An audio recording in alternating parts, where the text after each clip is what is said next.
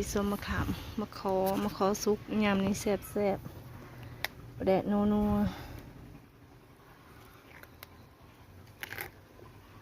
คือจะแซ่บค่ะน้ำลายแตะ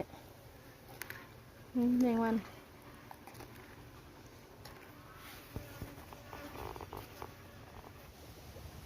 กราบทักทายสบายดีพ่อแม่พี่น้องมุสุกุสุคนเด้อมื้อนี้ก็มาพบกับสนางอีกเก่าทุกคนมื้อนี้นะ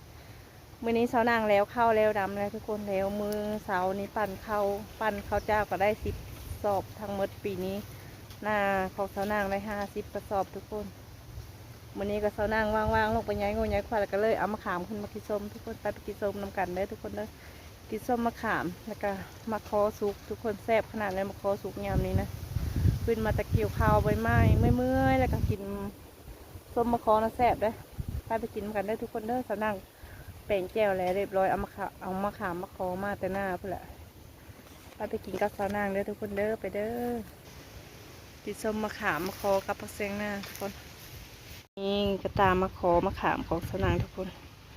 ได้หลายเติบได้ลงไปย้ายควายแล้วก็เอาขึ้นมาเลยผักเสียงหน้ามันเอาดอกมันได้เด้ยามนี้นะบักหลายนะเก็บขึ้นมากินกับมะขามคุยกับมะขามแซ่บมะขอเดี๋ยวเอาไปเสกกระโตกกันทุกคนไปล้างเสกกระโตก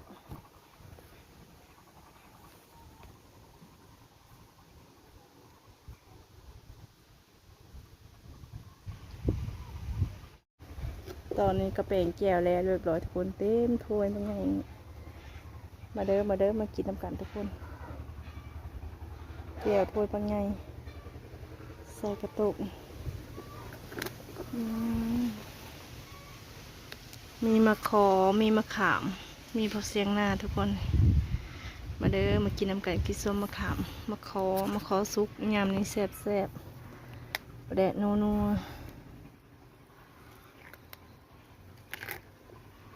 คือจะแซ่บค่ะน้ำลายแตะแมงวัน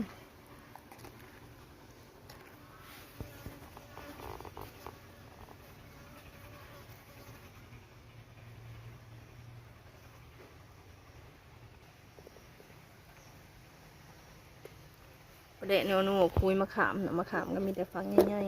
ๆฟักตึงๆเลยไปเมนเอากับสาวคำพญาลงมาก็แซงหน้าก็เอาดอกมาแสบน้ำลายแตะเห็นเลยปะ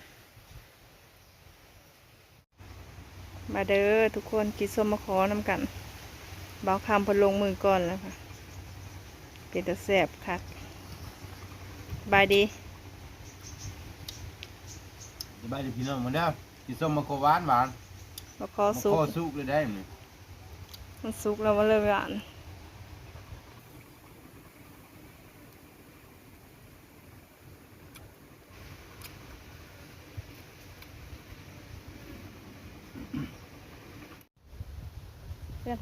มาเด้อทุกคนเด้อกินส้มมะขามคุยตอมแดดแซ่บ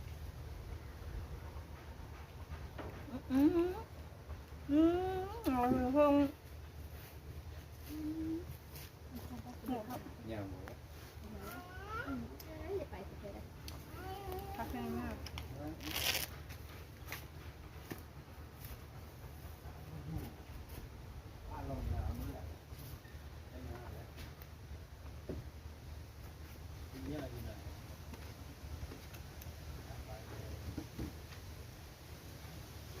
ยำเอามาขาม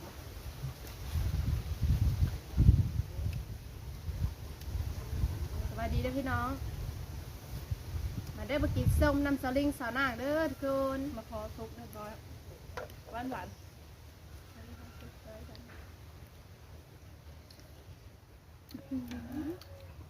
แซ่บแซ่บ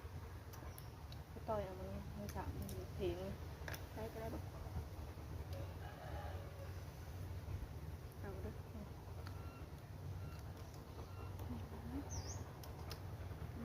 ขี้ดินลมมันนี่ก็ต้อยนะตาไปได้ต้อยแล้วใจมันอยากใจมันตั้งไปได้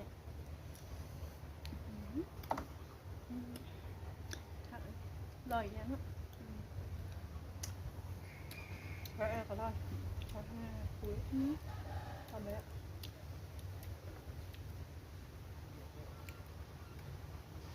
คุยมาทำเดี๋ยวคุยมา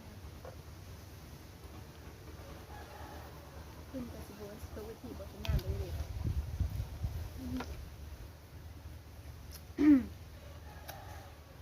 เน็ตบอกว่า นี่บ่ให้เนาะมันล่มเนาะ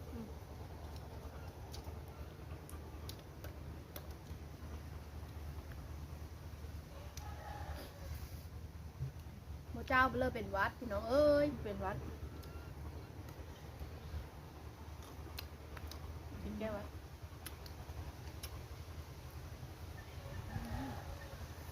ทุกคักนักขอน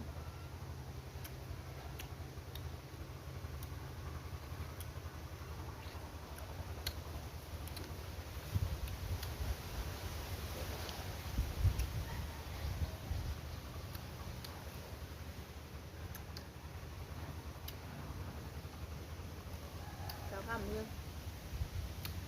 อ้ำน้ นับไปเล่นเนี่ย ำคอยจะแล้วเลยนะ ไหนแล้วบ้างนับแล้วก็แล้วเนาะ ทำมากขึ้นเหงาก ำลังเอาสิบต้นทุกเข้าอาบน้ำเลย เอามาไหมแค่ตัวมันปั่นเข้าแล้วกับแดงคนยังค่อยเอามาพร้อมมาตาหูอ้ำเลย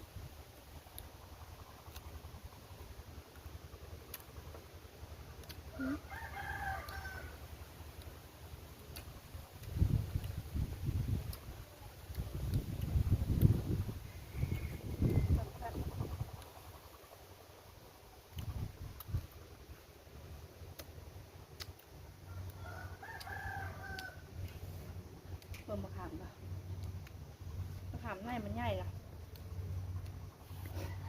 กินเนี้ยมันเค็ม เวลาดู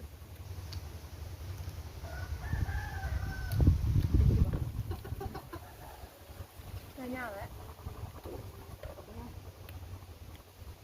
แล้วจะเอาอีกก็ได้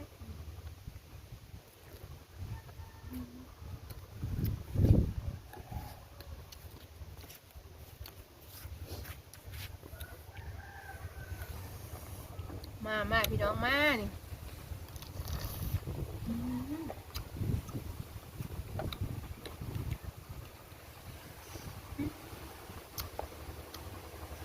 แต่สิโต๊ะด้วยพี่ก็เอา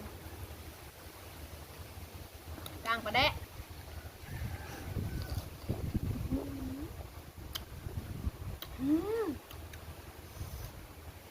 แซ่บ สุดยอดแซ่บมะขอกระหวานคักแจ่วกระหวานมะขอกระหวานเท่ากันดี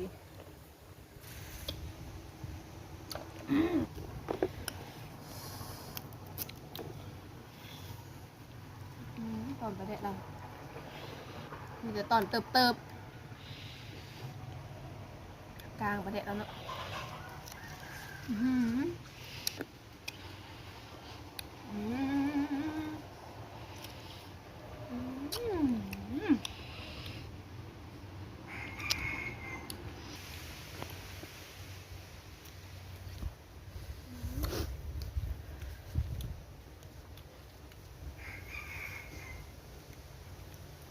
แม่มาถามแกเลย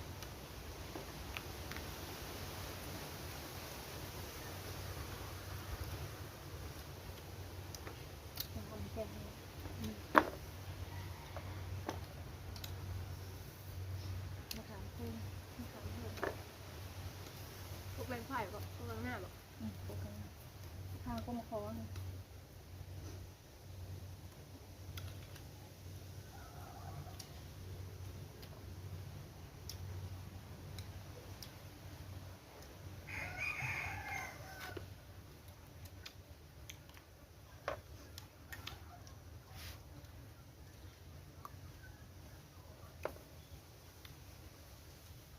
โดดมาเลย มาไว้เนาะ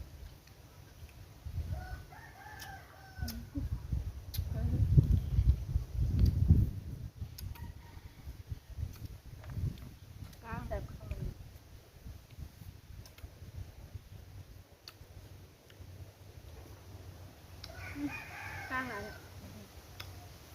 ไม่ได้เป็นตัว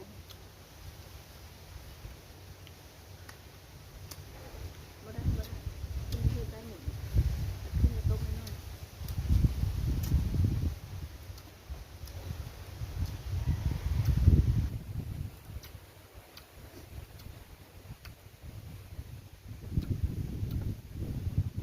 บุกเข้าเนี่ยบุกเข้าจะบอกเข้าบอก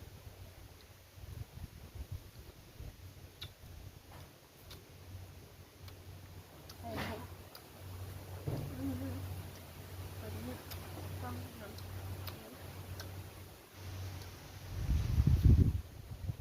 มันแล้วเนาะมันจะเป็นแม่วะเป็นแม่วะ ไม่ถูก ขนาดเป็นอย่างนี้เมื่อเนาะ เป็นแม่เป็นพ่อเรื่องที่เป็นจริงเนาะ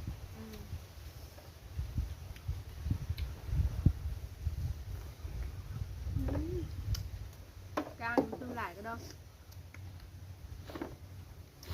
สึกมุกน้ำแซ่บสึกมุกความคิดเรารู้ว่าเป็นแม่มัน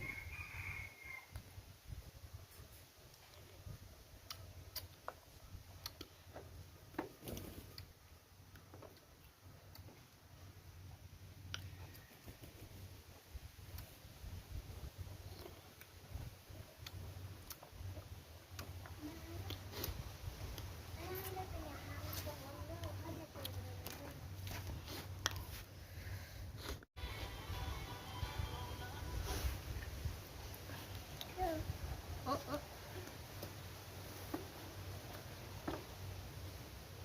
มาขามก็ได้ง่ายเพราะเนาะ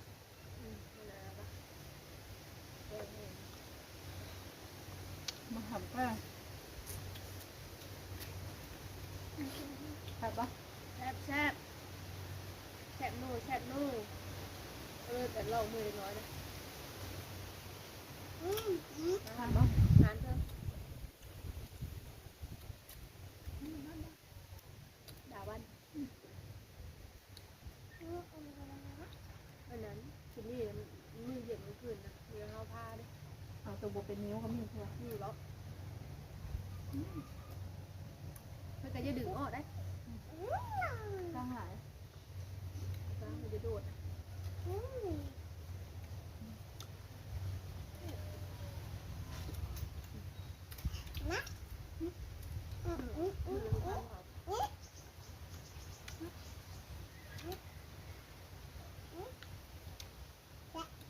น้องลองเสิร์ฟในมือเสิร์ฟมือนะไอ้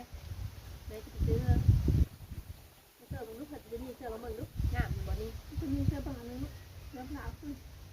ลองถือซื้อแล้วก็ส่งคืนได้เดี๋ยวลองมึงซื้อ เพื่อพักฮะ ลองถือบางแน่ ต้องขามมาขอ มาลองคืนแล้วนะเชิญเด้อเชิญเบิ่งซื้อเด้อเชิญซื้อลองเชิญอ่ะเบิ่งลูกเชิญลูกอย่าได้บ่แม่จะไปซื้ออ่ะก็อย่าดีเพิ่นก็จะได้คือของไอเอฟนี่งามงามลูกเอาบ่เอาบ่หน่อยค่ะไอ้เนาะงามนี่ เพื่อกินมาได้เครื่องทางเลยกินกับข้าวลิง2คนสาขามากับมาหอดเพื่อสาขากินต่อแซ่บคักทุกคนประเดะนะป้าเถอะเบิ่งขนาด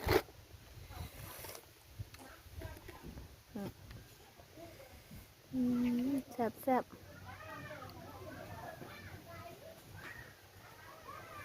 คลิปนี้ขอจบเพลงเท่านี้เด้อทุกคนเด้อคลิปหน้าเจอกันใหม่เด้อทุกคนเด้อฝากกดไลค์กดแชร์กดเลิฟเพื่อสาวนางเด้อทุกคนเด้อฝากกดติดตามเพื่อสาวนางเพื่อเฮ็ดคลิปหน้าต่อไปทุกคนสาวนางขอขอบใจทุกคนสาวคำเพิ่นยังกินอยู่ได้เพิ่นมาตำหลังแซ่บบ่สาวคำแซ่บบ่สาวคำเพิ่นว่าแซ่บแซ่บอ่ะ